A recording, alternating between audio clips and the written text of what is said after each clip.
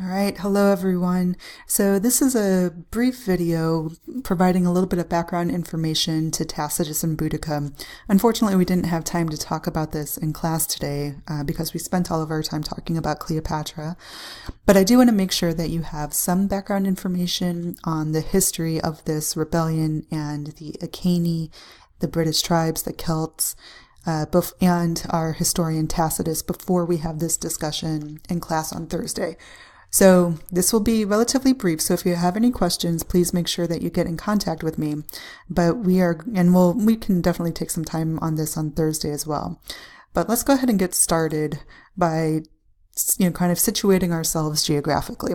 So you're looking at two maps of what we will call the British Island. So this is today one part of Great Britain that comprises Wales, England, and Scotland, and today we also include Northern Ireland. But in antiquity, this was not, divided up into those parts. This was an island that was inhabited by the Celtic people. So Celts, not Celts, but Celts.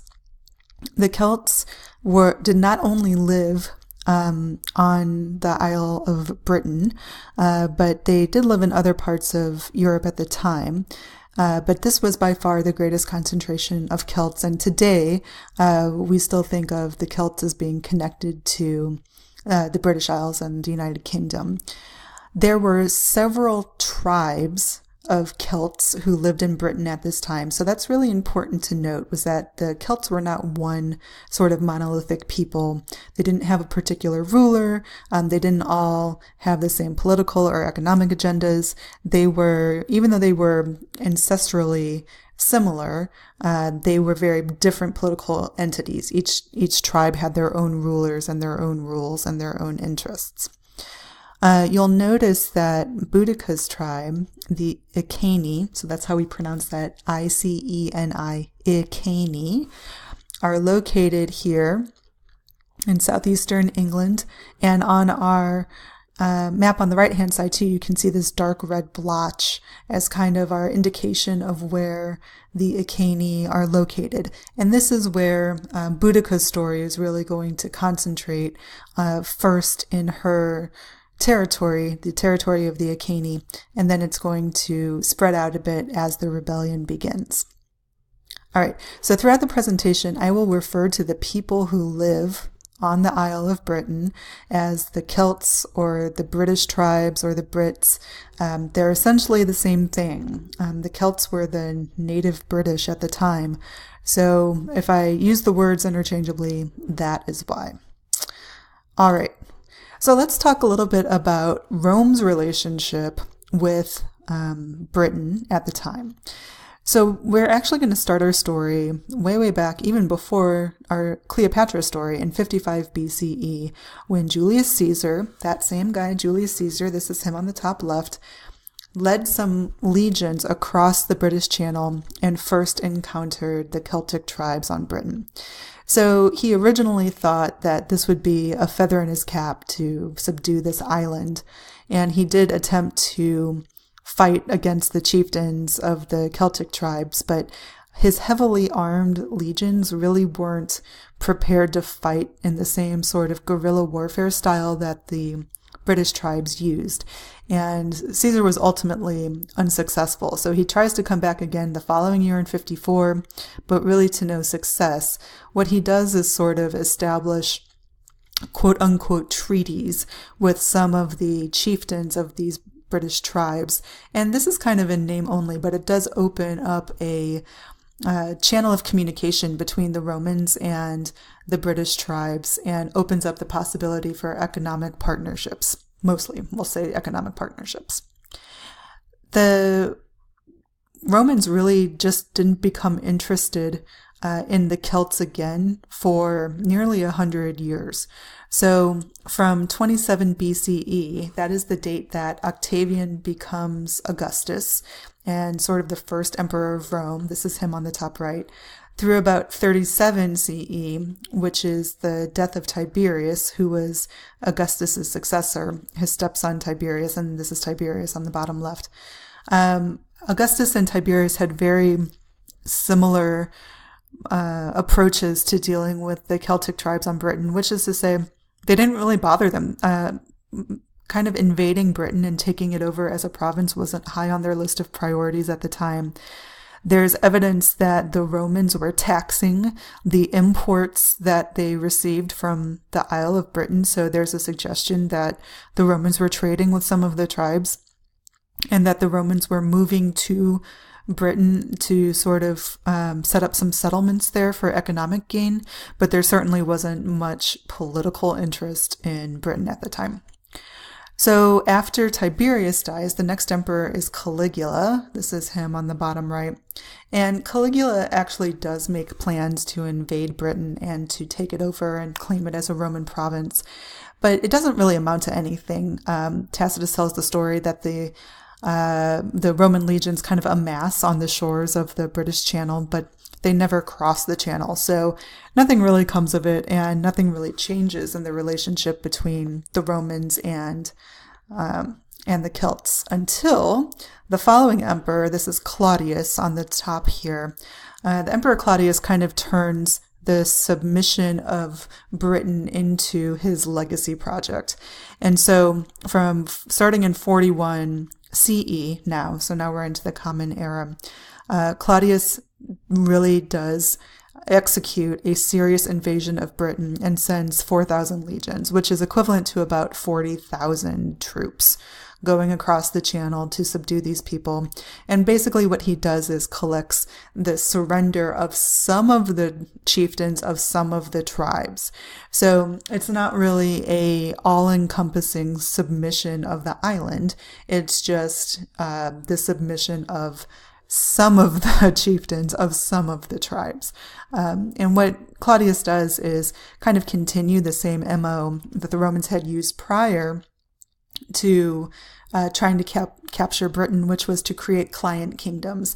So you'll remember that that means that the tribes were able to keep their own rulers, but they were indebted economically, militarily, politically to Rome, and Rome really had the upper hand in these relationships.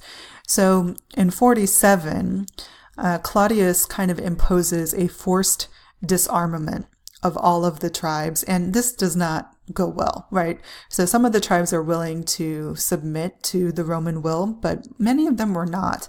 And it was evidence that the entire island was not really interested in being enthralled by the Romans, even though the Romans believed that they were turning Britain into its own province.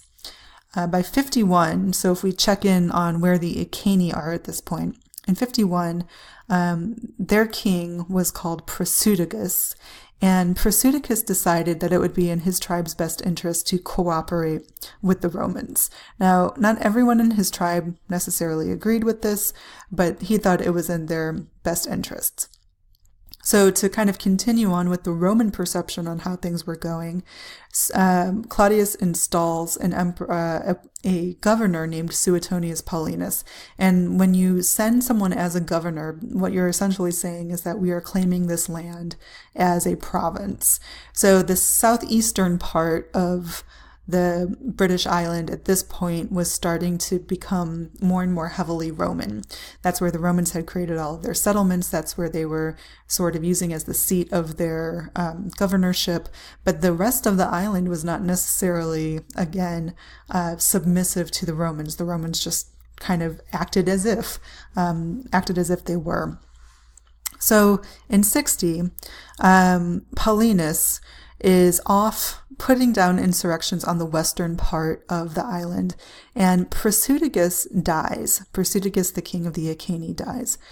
And he leaves his kingdom, quote unquote his kingdom, his holdings of the Iceni tribe to two people, the Emperor Nero, so this is Nero on the bottom right here, and his two daughters, thinking that if he splits the inheritance of the kingdom, what he's essentially doing is ensuring that his people will maintain some involvement in their own destiny and managing their own destiny, and he will also appease Rome that way. Well, it didn't really turn out that way. What winds up happening is that the Romans who are still stationed in southeast England at the time take advantage of Perseuticus's death and try to move in on the Iceni tribe and take away all of their holdings. So they not only kill many of the men of the tribe and basically seize their property, but they also severely beat Boudica, who is Perseuticus's wife, and they rape Perseuticus and Boudica's daughters in a show of domination. So Boudica and her daughters were left to live, but the Iceni were very thoroughly subjugated to the Romans. So while Paulinus continues to deal with this other insurrection in the western part of the country or of the island, Boudica uses the treatment of the Romans as a means to motivate her people and some of the surrounding tribes, and she incites a rebellion against the Romans and what they consider to be the unjust rule and the unjust behavior of the Romans against the Celts. So her rebellion begins in 61. So really quickly, a note on the Iceni and what we know about them. The Iceni didn't leave any written documents or any sort of kind of in-tribe accounts of their own development. So they don't have their own historians. Almost everything we know about them, we know from archaeological record and from other people's histories of their tribe, like Tacitus, for example. So we know that the Iceni were one of the British/Celtic tribes. They were probably first encountered by the Romans after Caesar's invasion. Before then, they weren't really known anywhere else in the Mediterranean or the North Atlantic world. We do know that the Iceni were one of those tribes that were resistant to the Romans. They never adapted any of the Roman customs. They didn't really try to make any connections outside of their tribe, and they didn't really trade with the Mediterranean world. So there's no evidence of Iceni goods in anywhere else in the Mediterranean or the North Atlantic world. They were very inward facing. We know that they probably were farmers and raised a lot of livestock, and the material evidence we have remaining indicates that they were skilled metal workers, jewelry makers, and potters.